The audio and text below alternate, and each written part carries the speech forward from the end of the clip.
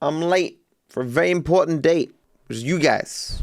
So I thought this was fairly interesting. In my latest Chaos episode that hasn't released yet, there was an effect on screen called TV on demand, and it showed Fame or Shame here, right? It showed quite a bit of it. Like it was up for 1 minute and 30 seconds, right? But surprisingly, despite it just being a small thing on screen, YouTube actually detected it. GT5 in-game media, Fame or Shame, content found. They only found 30 seconds of it, but claims by Take-Two Interactive on behalf of Rockstar Games. And I couldn't monetize the video. As I've said before, they don't let you re-upload trailers or in-game media to YouTube. They claim it instantly. I don't know why they do that with trailers. I understand why they do it with the in-game media or whatever, but that's not the unusual thing. We've talked about this many times. It's for all of their games, not just GTA 5. But it's interesting that YouTube was able to detect this.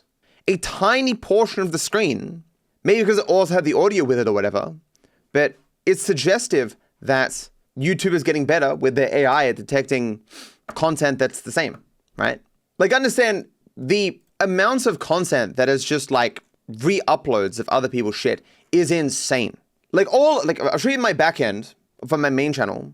Like, all of this isn't re-uploads, understand? Like, but, 90% of it is. Something like this is obviously not. This is just the cutscene being captured here, but this even has my name in it. But, like, this is like 50, and this is like another 50, another page of 50.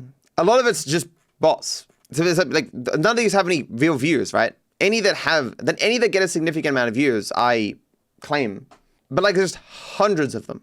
Like, this was never, like, all these are shorts. Like, this was never as much a factor before shorts became a thing. Shorts just seem to allow much easier theft of people's videos. Yeah, because there are channels that upload movies or anime and make it a small box to not get demonetized. Yeah, and I've seen that they've put, like, squiggles all over it and stuff, basically ruining the content just so it doesn't get claimed. I am generally supportive of this stuff. As I say, if you're not going to the effort to transform something in some meaningful way, that's not good. You should not be re-uploading people's videos. And all these channels that just aggregate other people's content to avoid doing any work themselves are garbage. And they just make the market far more competitive than it needs to be. There is no trickle-down exposure that benefits the market from these content aggregators. Any exposure given to one of these aggregators would just be given to a creator, and that would provide more benefit. I stumbled across this interesting statement. Tim the Tapman says gaming streamers on Twitch might be cooks. The biggest streamers don't even game anymore. In real life is king now. That's the reality. This is 57,000 likes. This is probably related to things like, iShowSpeed had like 1 million viewers on a live stream or something when he was doing his world tour and stuff. And Kai was and probably still is the biggest streamer, had like 100,000 views, whatever, per stream. Like, if you go to iShowSpeed's YouTube channel, he's got 43 million subscribers, but his videos are getting, 1 million, 4.5 million. Like, these videos aren't getting 43 million or whatever, right?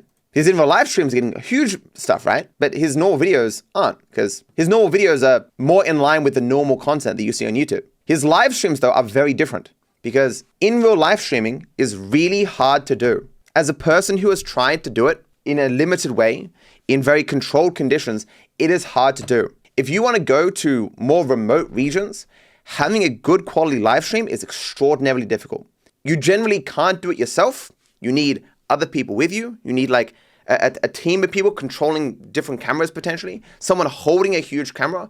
More than this, you need to have enough clout that you can contact places and say, hey, I'm going to be an inconvenience here, or there's a person going to be with a huge camera. I need to record here and stuff.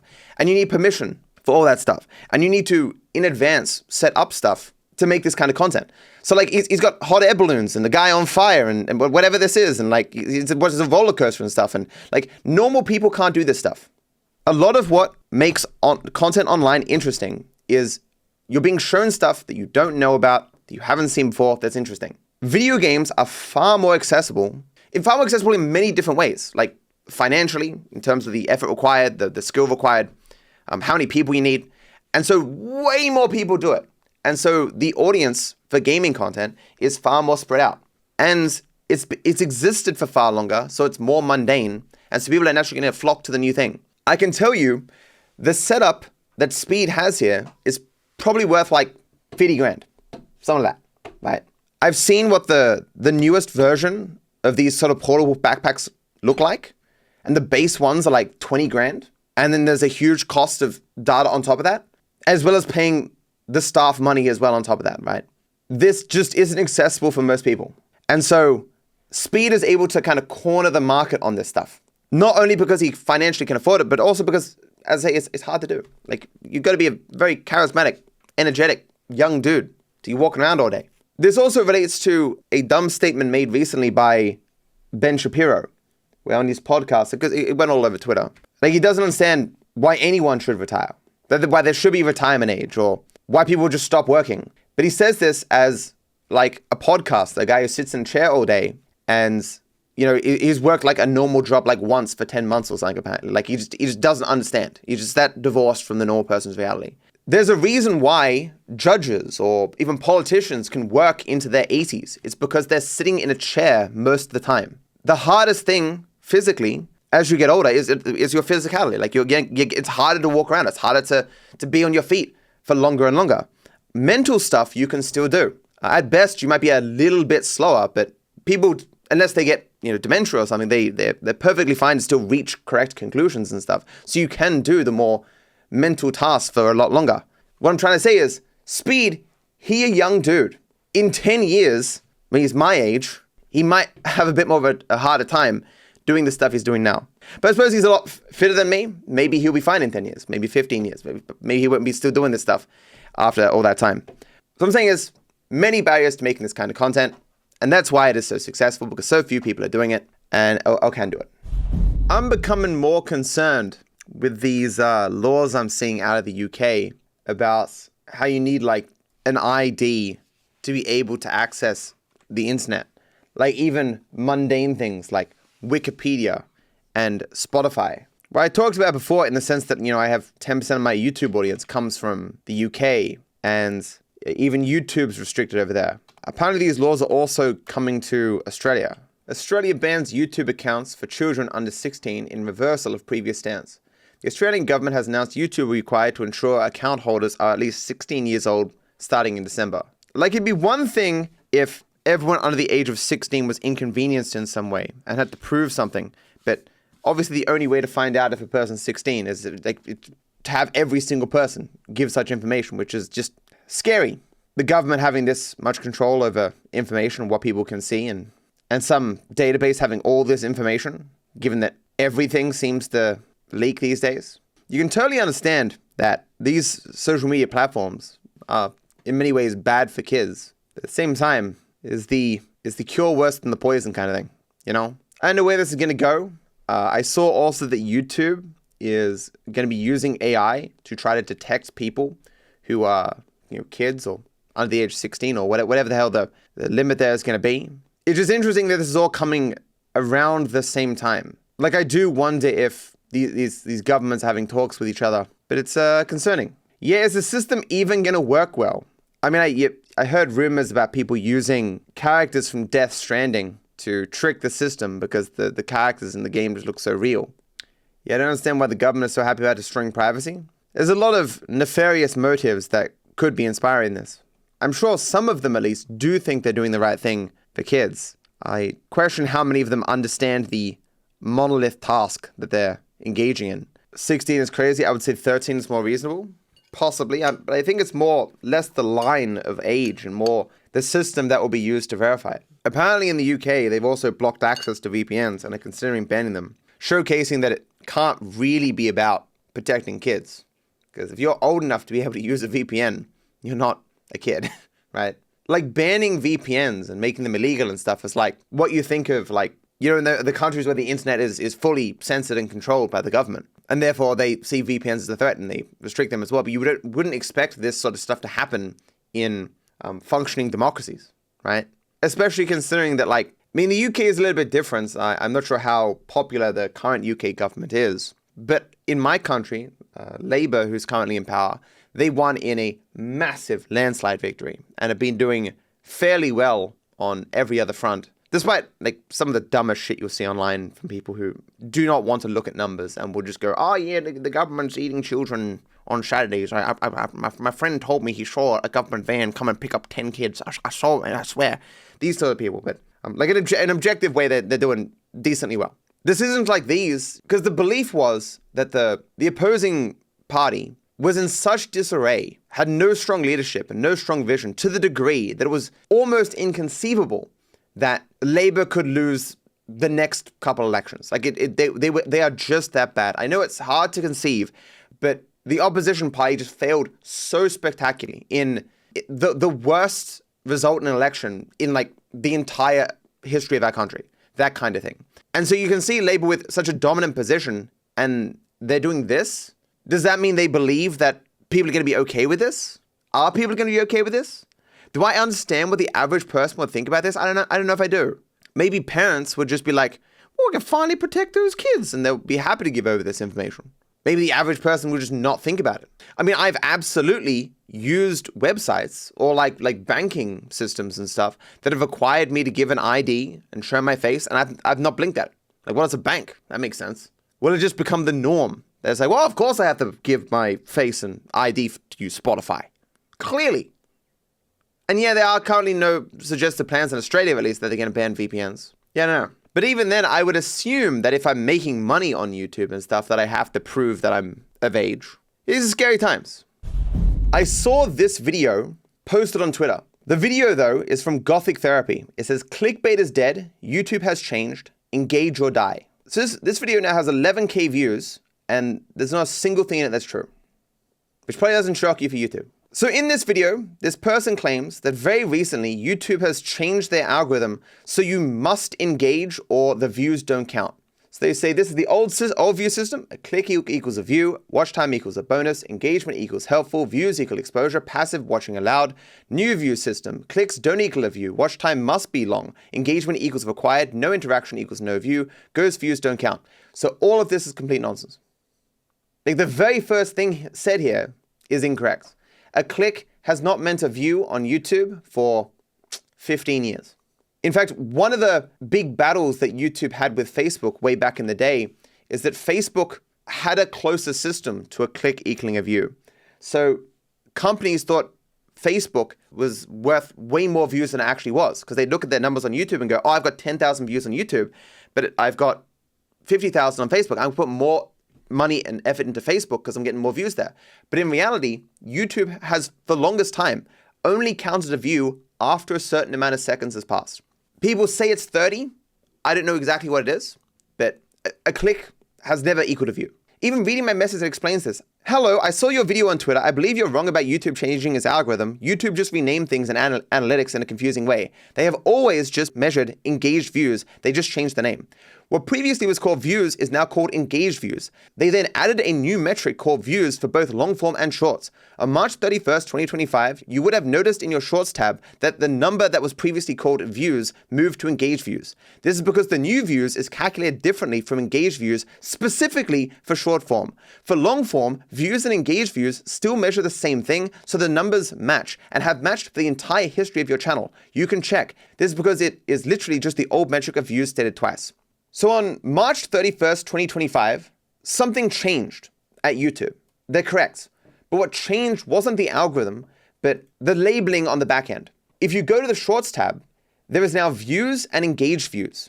So engaged views is what your views were on Shorts before March 31st, 2025. So engaged views used to just be called views. Basically, they moved this number from here to here and made a new category called views. Views is the second you click into a short, that's what this is. YouTube says they made this change to give people a better understanding of how many people are seeing their shorts, which doesn't make any sense because you can see like impressions and stuff. I think they probably did this just to make shorts numbers look bigger. Maybe TikTok does something similar to this, I'm not sure. But long story short, again, this is just a change in numbering. But what has confused this person is in the video tab for long form videos, they believe that the long form algorithm has changed. Because here it says views, right? And if you go into here, if you put in engaged views here, the engaged views and views are exactly the same. So this person's like, oh my God, they've changed the algorithm so that only engaged views count for views. And this means you have to subscribe and click and I don't know, comment or click like or whatever it is.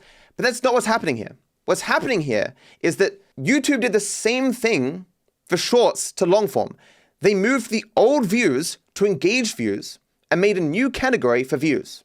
But views for long form has not been changed in how it's calculated. So engaged views and views measure the exact same fucking thing. That's why they're the same. It's one of the main ways you can see that I'm correct. This person believes this change happened on March 31st. If that were the case, one of these categories would only have data after March 31st because YouTube can't retroactively collect data. And two, there should be a deviation between the two. Or they should only match after March 31st, but that's not the case, right? So I continue. No actual algorithm change happened, just new labels that only currently matter for shorts. YouTube has experimented with creating a scrolling feed for long form or putting long form in the shorts feed intermittently. If YouTube ever moves forward with this, you'd likely see the split happen there too. Oh, and what counts as an engaged view/view is still just based on watch time as far as anyone knows. The same way shorts previously were and still are for engaged views. Now, what a mouthful that is, right? Some of you may even be still confused by that explanation, but this is kind of the reality that smaller content creators are in. They don't have a history of the platform. They're not necessarily following major changes with the platform. And it can cause them to come up with these weird, crazy ideas, right? That don't have much basis. It's where you can find smaller creators more likely to support reaction content, not understanding even half of what I say in my series as to why it's harmful to everyone.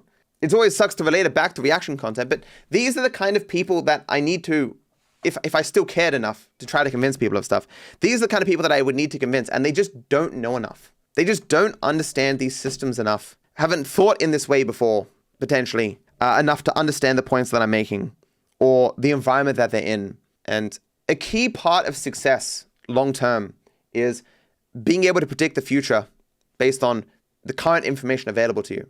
And that requires you understanding the information available to you around you at this time. The more false assumptions you have about your environment, the less likely you are to be able to move from your environment to be successful in the future, right?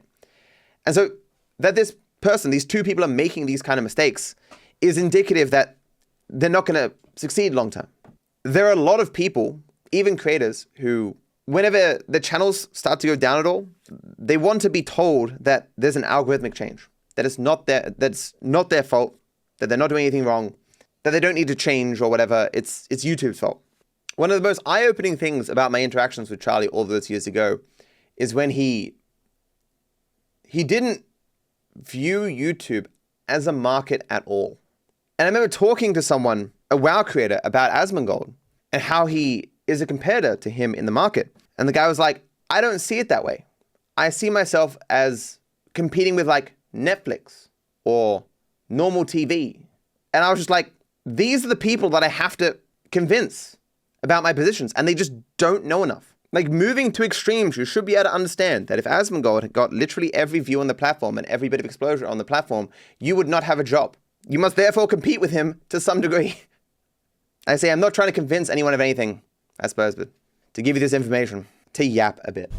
So previously I have said in my work that it's important to recognize that when we take moral stances on things, that we're motivated to draw the line on things directly above whatever we're doing. Because obviously it's in our best interest to have what we want to do be considered moral, be considered justifiable in some sense. And so that's where people are going to do their best to put the line, right? A person remembering this wrote a small comment where they said, "You have said that your recent drama doesn't disagree with your positions on reaction content. And while it obviously doesn't, you said in your videos that everyone draws the line just below what they're doing, so that doesn't justify anything." So I just want to clarify, the point of saying that is to acknowledge the bias, not to say that positions on things no longer matter. Like, I'm not a murderer.